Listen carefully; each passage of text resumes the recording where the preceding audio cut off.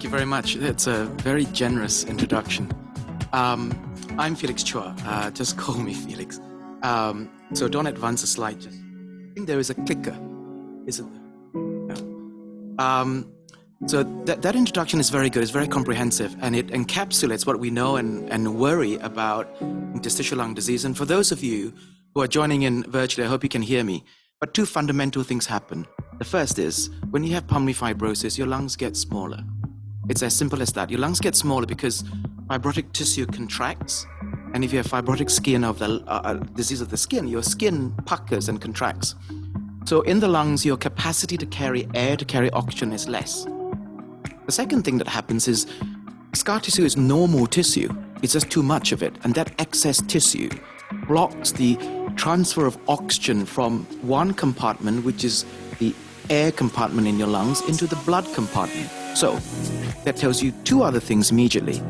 You can't transfer oxygen from one to the other efficiently, then your downstream organs, your end organs, are not going to be fed by oxygen, because after all, the lung is the only place that you can hold your oxygen. So fundamentally, keep those two processes in mind, because they characterize pulmonary fibrosis and interstitial lung disease. I think maybe not compact. I can pointer. Next slide, please.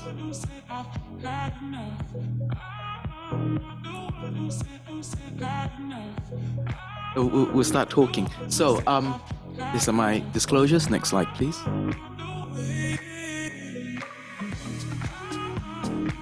Thank you very much. So, interstitial lung disease. Try and swing this a little bit so I can see my slide. I put this together on the plane. The lighting was not very good on the plane, but here we go. It doesn't really matter, isn't it? Because we're here to understand the story about IOD. The slides are less important. They're just here as a tool. But it is a very large group of diseases, and we often say there's more than 200 diseases. Of course there are. But as doctors and people who work with patients and advocates and carers, we don't worry about over 200 diseases. We worry about the small handful of diseases that are, number one, the commonest, that take up the most of our time, that burden the patients the most and take up most of our health resources. So it's a small number of disease. Pulmonary fibrosis is the commonest complication of interstitial lung disease. And this is when the lungs are transformed from an inflammatory state to a fibrotic state. The lungs get denser, thicker, and they can't do those two things that I said to you before. They can't hold enough oxygen and they can't transfer oxygen. Fibrotic development is so important because, as Azru alluded to earlier on, it is the one thing that leads to more and more symptoms, respiratory failure, loss of independence, increased mental and physical reliance on so many other people and on the healthcare system. It takes away the independence of that person. And sometimes we undervalue, we underread this to our detriment. That is so important to our patients. Just very basic. I'm sorry if this is too basic for the audience, but I think it's important just to look at this, because the lung is a huge organ. It has millions of little alveoli. That immediately tells us one thing. You cannot have a disease that immediately covers the entire lungs from the outset. You start off with a disease that affects one localized area and then it spreads to the rest of the lung. That process can take months or years. Because it can take months or years, we don't see patients straight away. They do not have symptoms sometimes, or very few symptoms. And when they present to us, the presentation may be non-specific, or it's misdiagnosed or underdiagnosed or delayed diagnosis. So that anatomic understanding is fundamental to what we finally are able or should do for our patients. It spreads from a small area to the whole lungs, and it takes time. The global challenges that we face in managing interstitial lung disease, which includes, of course, Malaysia and the United Kingdom, are the same things which I've now distilled into four. I think these four are the most important. Number one, delayed diagnosis. Delayed diagnosis because, as I said to you, that disease progression can be so slow, the patient can be asymptomatic for a little bit, and then develop symptoms very slowly, and when they see the family doctor, not enough value is added, is somehow attached to that presentation. They're often misdiagnosed, and this inaccurate diagnosis brings in the differential diagnosis of You could have an infection, sir. You may have asthma, COPD, etc., etc. Anything but interstitial lung disease. Busy doctors sometimes don't listen to patients, not just their words, but they don't listen to their chest in the clinic. Investigations may be delayed for that reason. There may be limited availability of tests. And sometimes when we come down to, and this is unavoidable, we need to talk about treatment access and cost. Cost is such a big issue, not just for here, but for the United Kingdom too, which is why we have the NICE guidelines, etc. And a lot of patients do not have access to treatment because of the cost, and because of that cost, the system puts in place thresholds. You have to fall into a certain category before you can have treatment. The spectrum of interstitial lung disease is broad, and I said to you over 200 different diseases, but the ones that really we should be focusing on are the ones in the center, IPF, to one side, the connective tissue disease, or the autoimmune interstitial lung diseases, at the bottom, fibrotic hypersensitivity pneumonitis, or HP, and these are the ones that can look like IPF, but more importantly, they can behave like IPF. And that last line is exactly what I summarized earlier on. Owing to the long, chronic nature of these conditions, those people who have them have increased health needs because of the length of time they're ill, and because they present sometimes after a delay. The archetypal example of fibrotic ILD is this disease here, idiopathic pulmonary fibrosis. You can see the gradient of abnormality. Top to bottom, there's an increased density of disease at the bottom of the lung, in keeping with the increased density of the lungs, and a lot of it is concentrated at the bottom and what we call subpleurally, which is at the edge of the lung. This occurs primarily, but not exclusively, in men of a certain age, usually above the age of 60 or 65, much more than in women. There's a familial form of disease, which don't necessarily always have to look like this, but often does. And then the conventional median survival. And median survival is important. A lot of my patients go to Google straight away and they think they have 3 to 5 years to live. They don't. They often have more years to live. The median survival is the survival data from before antifibrotic treatment of people. 50% of people, median is 50%, will survive more than that time, or sometimes less than that time. But 3 to 5 years is the survival for 50%. In a nutshell, that's a generalization, but that's what it means.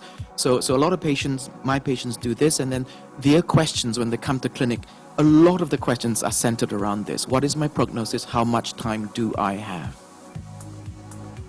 This is an important cartoon, an important graph, I think. It's not new. It's about 10 years old, from Steve Nathan's group, and this has been replicated so many times. I'm going to try not to be too medical about this talk, but I think this is important, that if you start with any group of patients of IPF, you can take any cohort in a clinic, you will see, if you follow them up over time, that survival drops. You start off with 100% because that's the group you're starting with. The median survival is here, 50%. It's about 3 years. But if you split that group into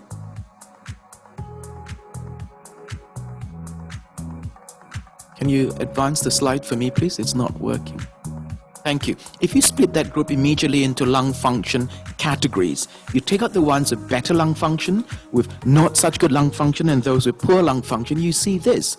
That thinner line to the right is this line here. Yeah, the patients of better lung function, 70% or above. Their median survival is really quite different, isn't it, from the ones with the poorer lung function. So within the group of patients that we see, things are very heterogeneous, things are very mixed. Not everyone has the same severity. And so we need to emphasize this because there are two messages here. Number one, some people will really do better than others, and they do better on treatment. Secondly, we really need to catch these people when they're here, just before the lung function really drops. And this curve illustrates it even better. Steve Nathan did some of this work. Talmadge King did some of this work. These are the big names in IPF studies in the world. They're based in America. You can see here that what happens here is the 50% survival for this particular cohort is here, about 3 years. But if you had met these patients, or when you meet them, you ask them, sir or madam, how long have you had symptoms? They'll usually say to you, a year, 18 months, 24 months. If you plot the time you had met them when their symptoms first start, this is the curve. So the first thing you can do immediately is, if you meet these patients earlier, if you could meet them earlier, if you could identify them, their median survival is going to be longer. an immediate change to outcome without treatment. It's easier said than done, because how are we going to know who those people are? We can't screen the population. There must be other things. So we need to educate family doctors, etc. When you hear crackles, at least listen to the chest. When you hear crackles and take a history, the history is so important. The crescendo breathlessness, the slowly worsening breathlessness over time. Those things should be alarm bells. But I'm just going to digress a little bit from IPF, because patients don't have just one disease; they have different other diseases. And connective tissue disease and associated IOD is really important. It's a big group, and this is a patient of autoimmune disease called systemic sclerosis. Not scleroderma points to the skin disease, but systemic sclerosis is the disease which is systemic. It is autoimmune. It is associated with a number of issues: the esophagus, the skin. And sometimes muscles and joints, but importantly, the lungs.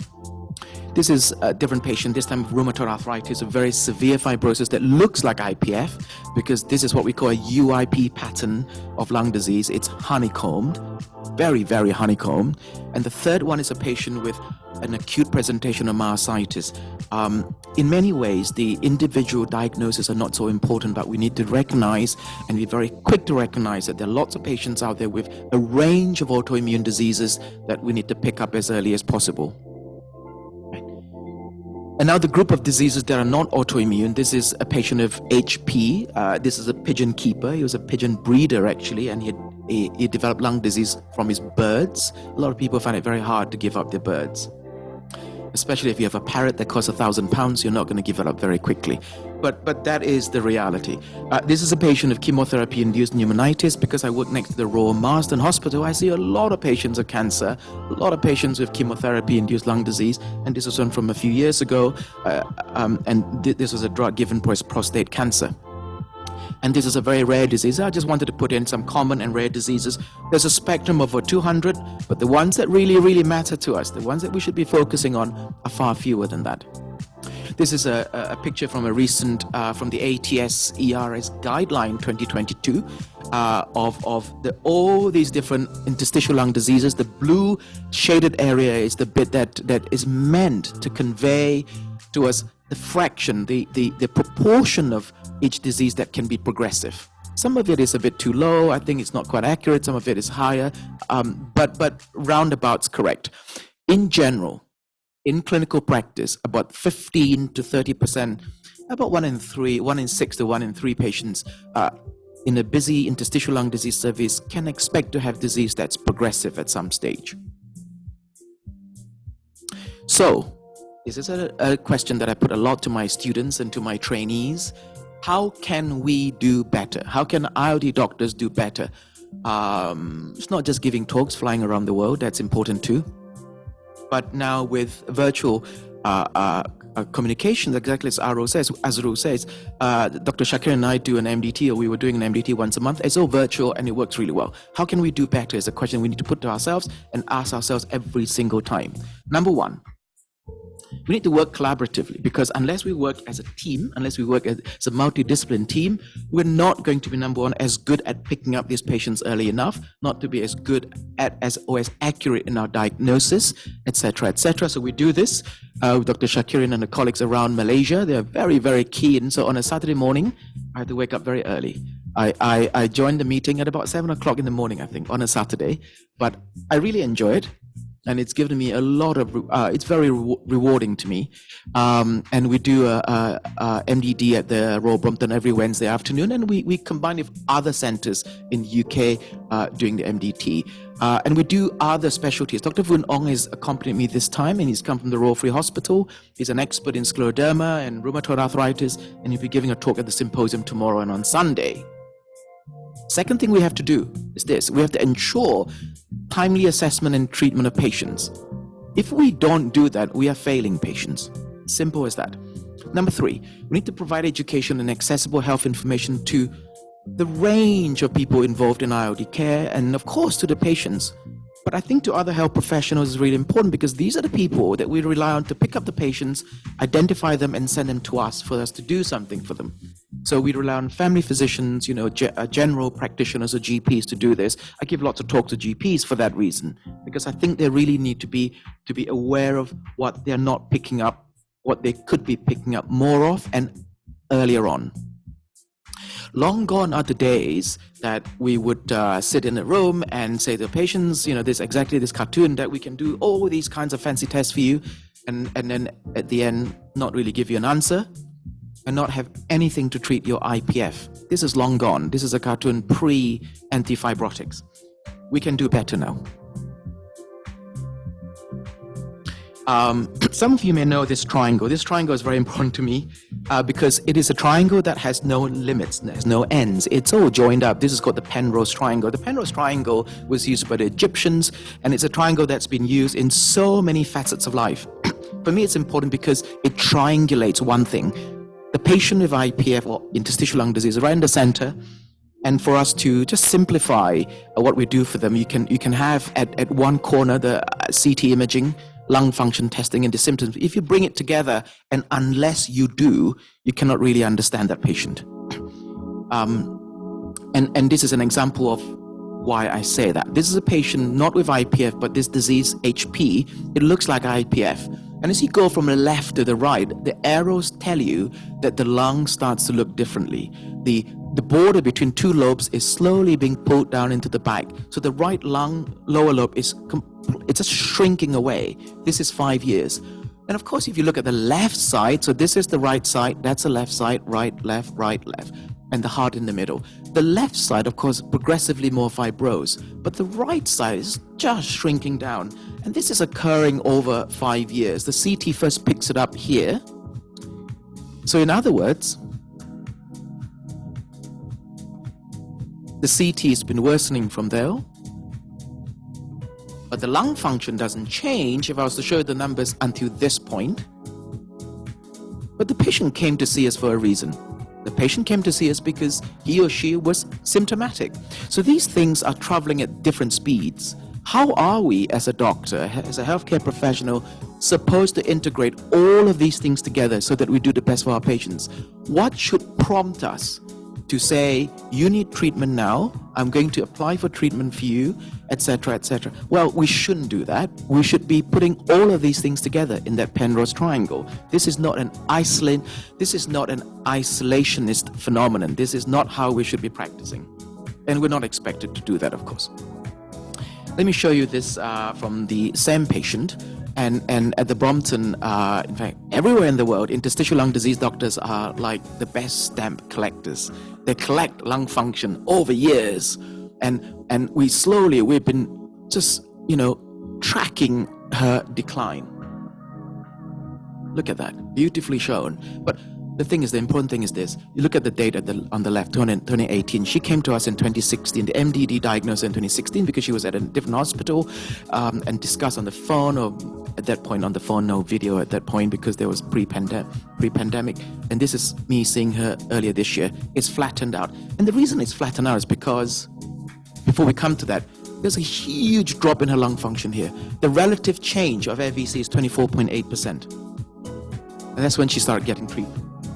Now, we had to reinvent her disease to get treatment. This is access treatment. In the UK, you can have treatment for IPF if your FVC is between 50 to 80% predicted.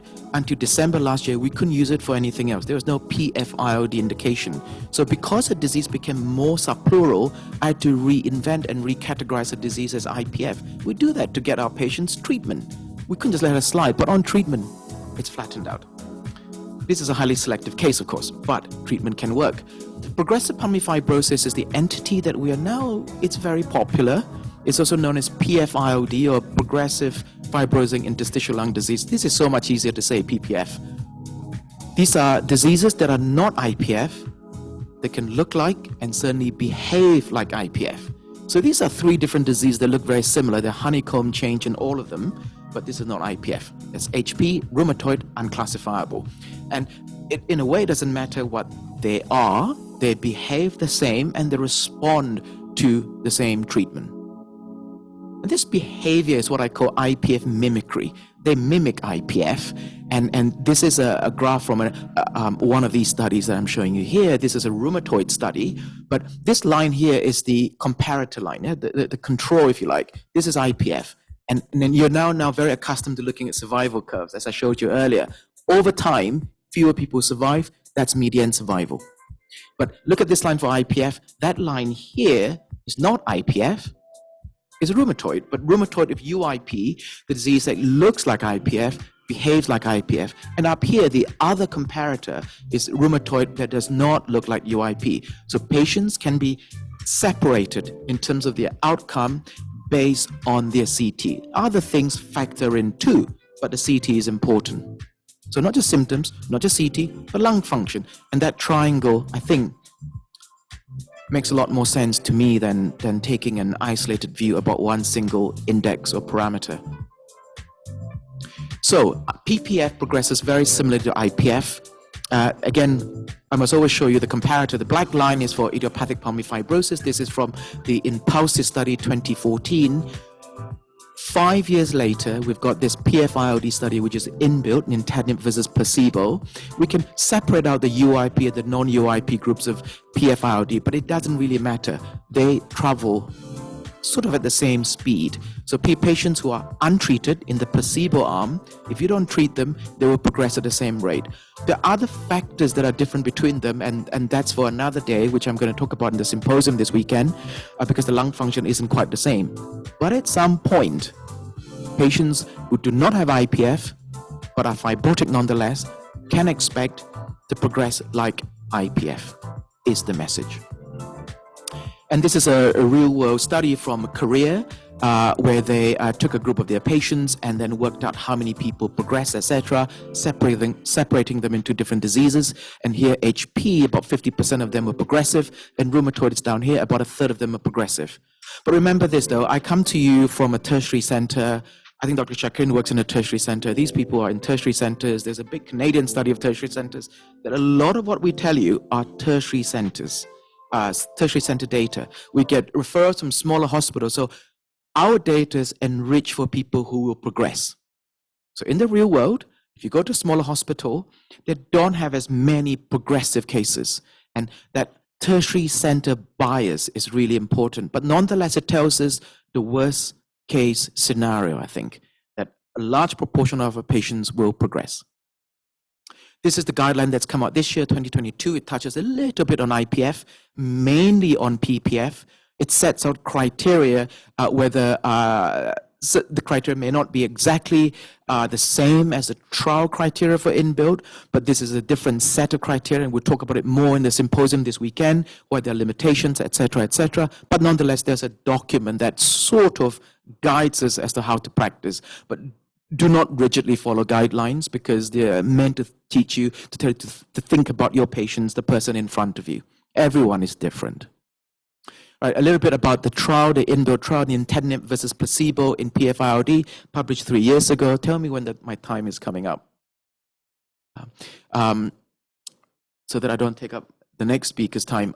So let's talk about the design very quickly. Screening of patients and randomization into nintedanib and placebo, then followed over time. 52 weeks is the time when the primary outcome was assessed. The primary endpoint was assessed. This is the important thing. The patients had more than 10% of fibrosis on CT. They had a forced vital capacity, sometimes as low. Well, they were allowed to be in the trial if the FVC was above 45%, meaning if you did enroll patients who were that advanced, and you're really enrolling for progression or progressors in a trial. And I think to see a signal, that may be important. And then this is the gas transfer factor range for this disease. But the patients had to meet more than one of these things at any point in 24 months. Remember that 24 months is very, very broad. It's there to capture patients who progress at different rates. You do not need things to be criteria to be met in 24 months or across 24 months. It's at any point in the 24 months, okay? A decline in your forced vital capacity, etc., symptoms and CT. 50% of the cases were HP and autoimmune lung disease. That's HP and autoimmune lung disease, both in the treatment and placebo arm. So 50% of patients were these two diseases. Of course, inbuilt, this study had no IPF patients. But look at this, 62% of them, nearly 2/3 had a UIP pattern. So they had more than 10% of fibrosis on CT, nearly 2/3 had a UIP-like fibrotic pattern. This trial was enriched for progressors. And that's important because it was a positive study. So UIP pattern fibrosis responds to antifibrotics. We would not be saying this, 10 years ago. Nintedanib reduced the rate of lung function decline measured as the forced vital capacity over 52 weeks. This is the treatment arm. This is the placebo arm. In simple terms, the difference here is about 107 mils, and that's a 57% reduction. Treatment versus placebo in the rate of FVC decline. Right? This is another important slide buried in the supplementary data, that this is the signal here. This is the 107 mils of volume difference, of volume saved, treated versus placebo. A lot of it was because of this. And this here, the thing that pulled it across, is the UIP subgroup. Important point. If you have UIP fibrosis, you have a chance of responding to treatment. And just for comparison, this is the trial 5 years before for IPF. We talked about 107 mils. The difference here was 110 mils. So similar. Because the behavior of these diseases is very similar, predictable in other words. Why do we want to catch patients early? I think there's so many ways to answer this question. But this study tells us that, encapsulates that in a nutshell. This is a study published this year, just 2 or 3 months ago, from Canada, 8 tertiary centers prospectively following the PF-ILD patients. In this study, and we could debate this, but they had a 50% of patients had progressed by 24 months. That's 1 in 2. But again, it's a tertiary center bias. But it tells us that up to half of your patients could progress, and you really need to be looking out for them earlier on, because otherwise it may be too late. This is my last slide. And Jeff Loren was my PhD supervisor. Sadly, he passed away a few years ago. And he left the UK, went back to Perth in Australia to start a unit there. But he was a scientist. And he said to me that if you want to choose to work in interstitial lung disease, at that point, of course, there was no treatment, be prepared to have lots of slides of bad news. But the very end, the last slide should be a slide of good news. So at the end of every talk, I try to convey a bit of positivity. So let's summarize what the positive messages are. Number 1, we have had so much advance in knowledge, technology, in diagnostics, in other words, that with collective working, I think we can significantly improve our practice, and the knock-on effect is a positive effect on patient care. We must never forget about research. We are here because of research. We are here because there are drugs like nintedanib and pirfenidone which have been shown to work for patients of IPF. Not only because of the basic science research, but these patients are being put into trials and followed up properly, diligently, and we know at the end of it that this is not based on expert opinion, because we often get it wrong, but based on trial data, that there are ways to improve our patients' lives, and research boosts practice. Antifibrotic treatment, the product of that research, the product of trials, has enabled us to change the natural history of lung disease. It probably doesn't just look like that anymore. If we were, and I haven't seen the data yet, interestingly, but if we were to follow up our patients prospectively on treatment, I bet you that curve now looks a bit different. I think we've lengthened the lives of some patients. I've certainly seen that on a case-to-case basis. So we can do something for our patients. A lot of it depends on what we do as a team, what we've got from the lab. And moving forward, there are lots of other drugs on the horizon. And I think the message should be one that is quite positive. I think that's the end of my slides. Thank you very much.